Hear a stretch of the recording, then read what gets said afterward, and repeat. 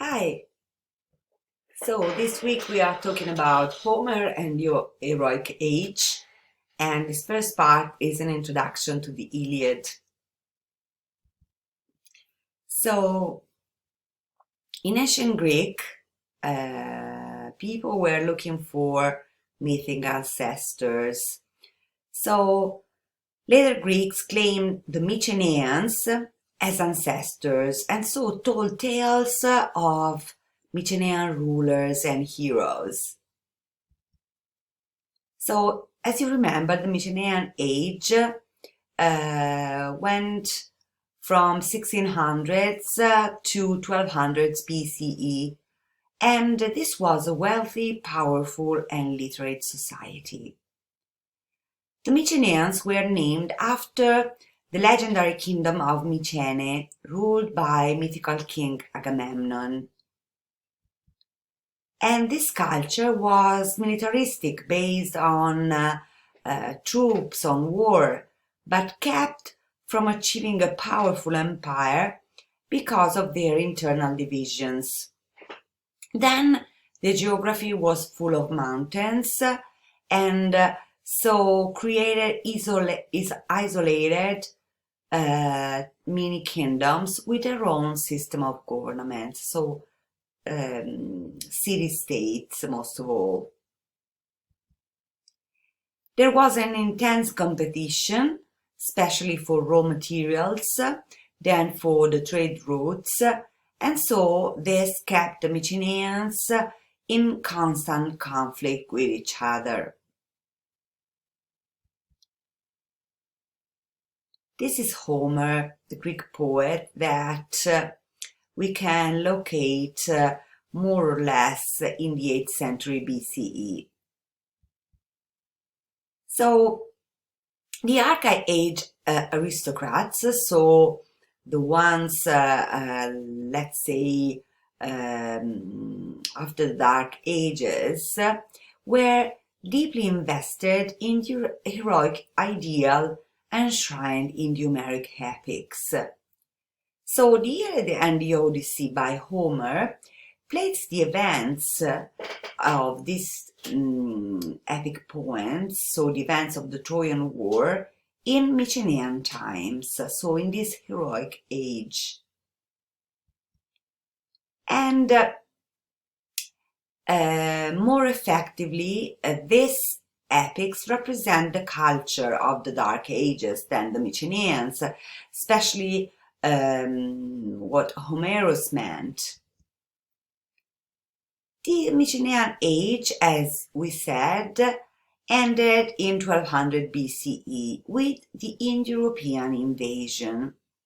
But probably there were other factors that may have contributed to the end of this glorious age, as plagues, famines, emigrations, and wars. So Homer's works lament mostly, both the Iliad and the Odyssey, this downfall and laud very much the Mycenaean monarchy. So Greek culture cherished very much physical beauty, intellectual engagement, and civic vitality. Archaic age aristocrats, so the ones who loved the Homeric poems, were deeply invested in the heroic ideal enshrined in the Homeric epics, but also they expressed their unique culture in newer poetic forms, the so-called lyric and elegiac poetry, developed as an art during the Archaic Age and sung to musical accompaniment on lyre and flute. So, the two greatest poets for these major styles of poetry were Pindar, so born in Thebes in between the 6th and the first half of the 5th century BCE, and Sappho.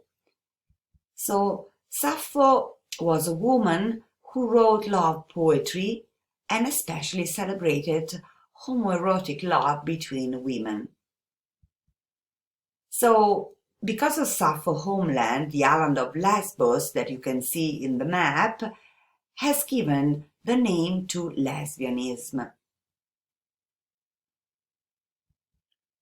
So this is to locate the archaic age, so the age where the heroic legends were mostly loved.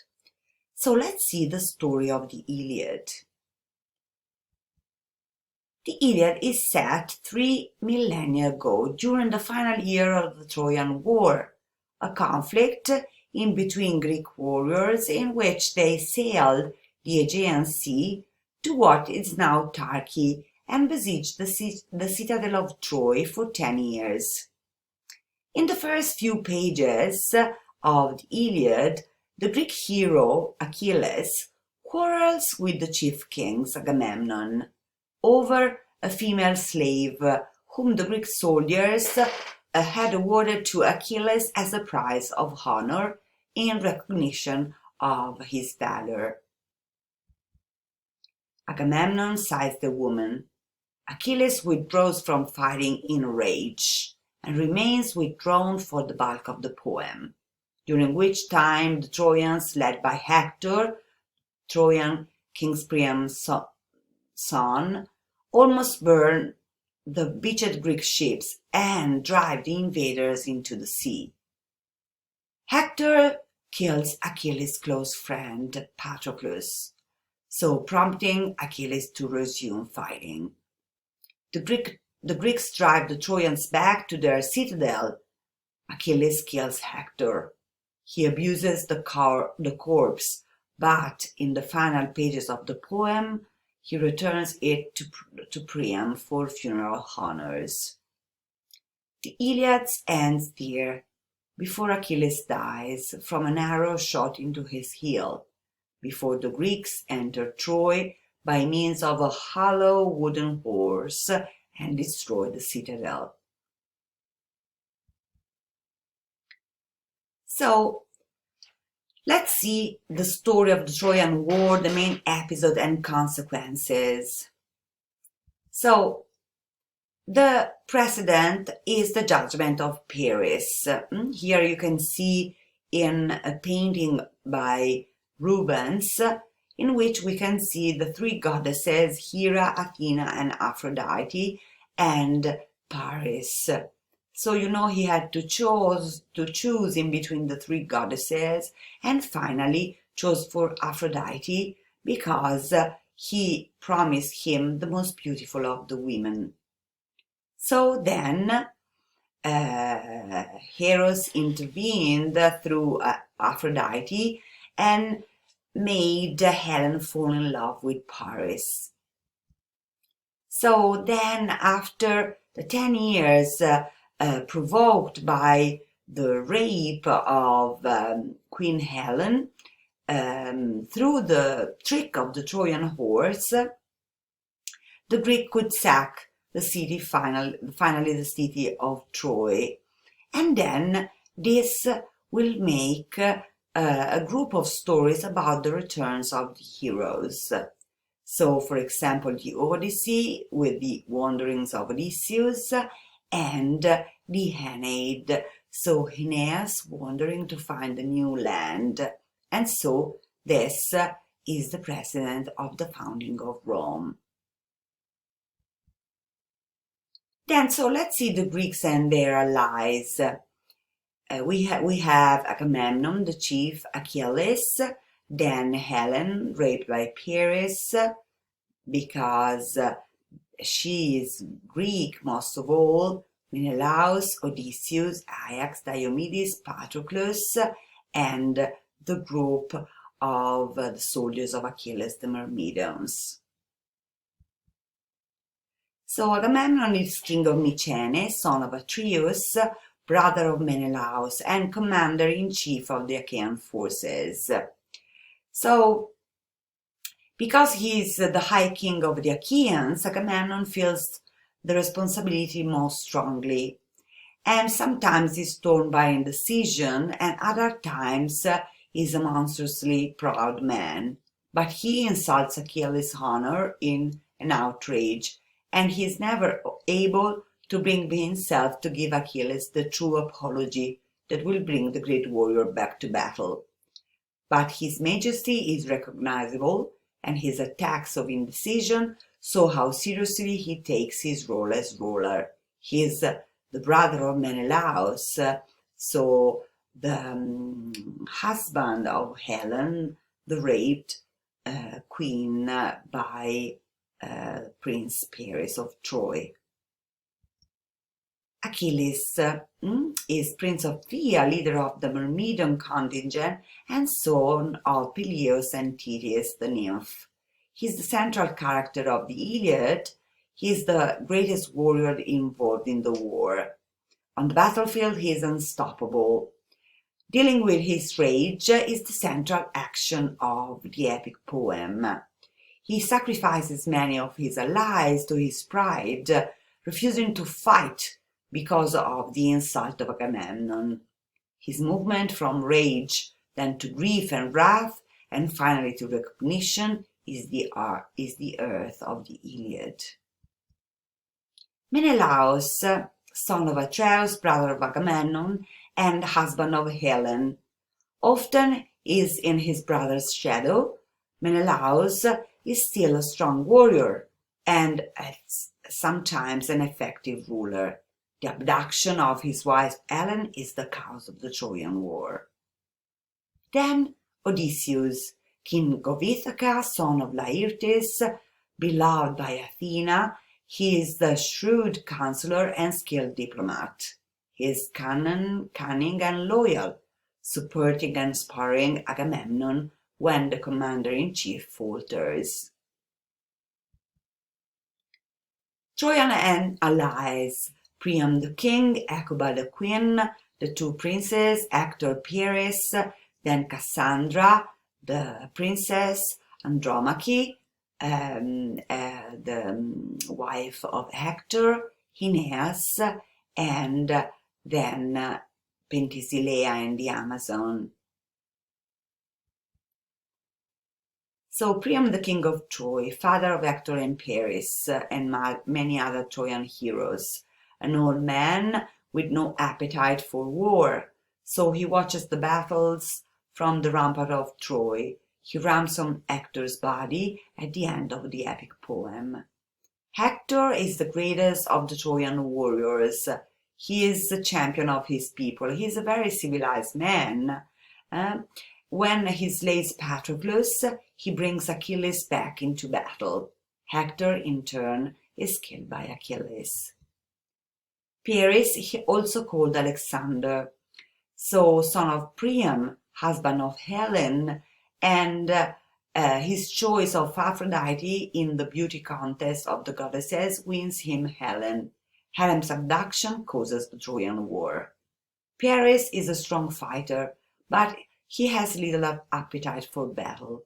His greatest skills remains those of bedroom. Helen is the cause of the Trojan War. 9 years later, she is racked by remorse for havoc she has caused.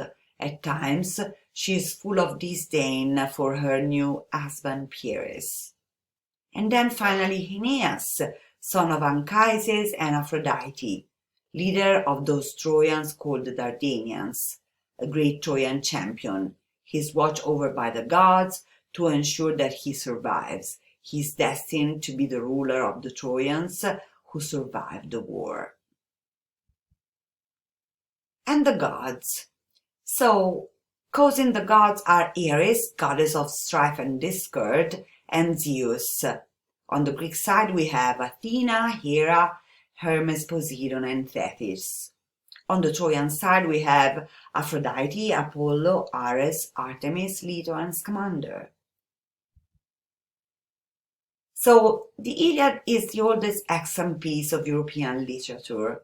Conventionally, it's divided in 24 books. The setting is Troy, modern Israeli Turkey. Period is the Bronze Age, the Mycenaean Age. So, outcome is the Greek victory and the destruction of Troy. So set during the Trojan War, the 10-year siege of the city of Troy, Ilium, by a coalition of Greek states, the Iliad tells of the battles and events during the weeks of a quarrel between Agamemnon and Achilles. Although the story covers only a few weeks, probably 51 days, in the final year of the war, the Iliad mentions or alludes to many of the Greek legends about the siege. The earlier events, such as the gathering of warriors for the siege, the cause of war, and related concern. It is most likely that the American tradition contains elements of historical fact and elements of fiction interwoven.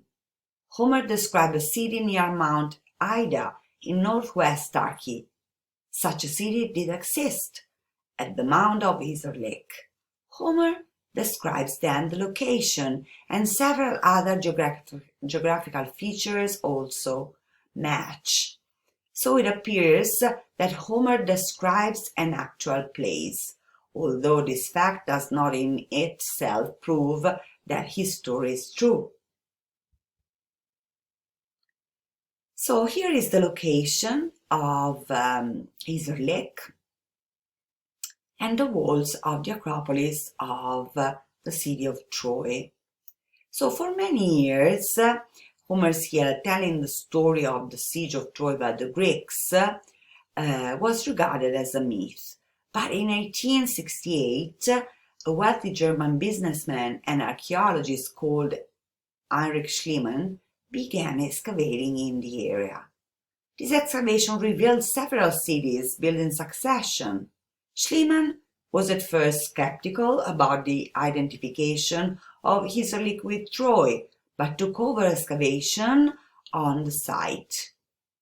Then the seventh level, Troy 7, has been identified with the city called Vilusa by the Hittites, so a people, a tribe of Turkey, the probable origin of the Greek Ilion.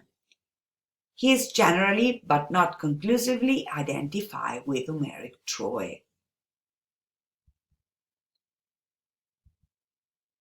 Warriors such as Achilles were admired by the Greeks, but it was Odysseus' cunning, so exampled in the famous wooden horse that led to the eventual fall of Troy. Odysseus is the main protagonist of the Odyssey. He is king of Ithaca, son of Laertes, beloved of Athena. He is a shrewd counselor and a skilled diplomat. He was also a prominent character, as we have seen, in the other surviving Homeric epic, not the Odyssey, but the Iliad. He is loyal, supporting and sparring Agamemnon when he falters, and he is well known as an eloquent speaker, ingenious and cunning.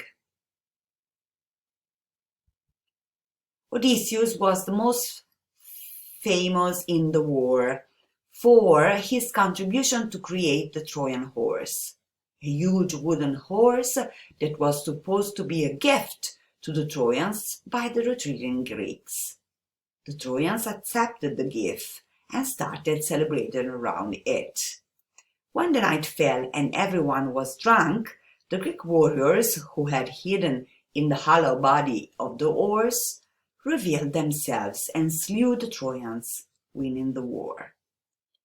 So, about this first part, we will have, I'll post for you 3 videos about a short presentation of the Iliad and the Odyssey, then Homer in between oral tradition and epic, and the story of the Iliad and Iliad summary. Okay, so let's see you in next video. Bye.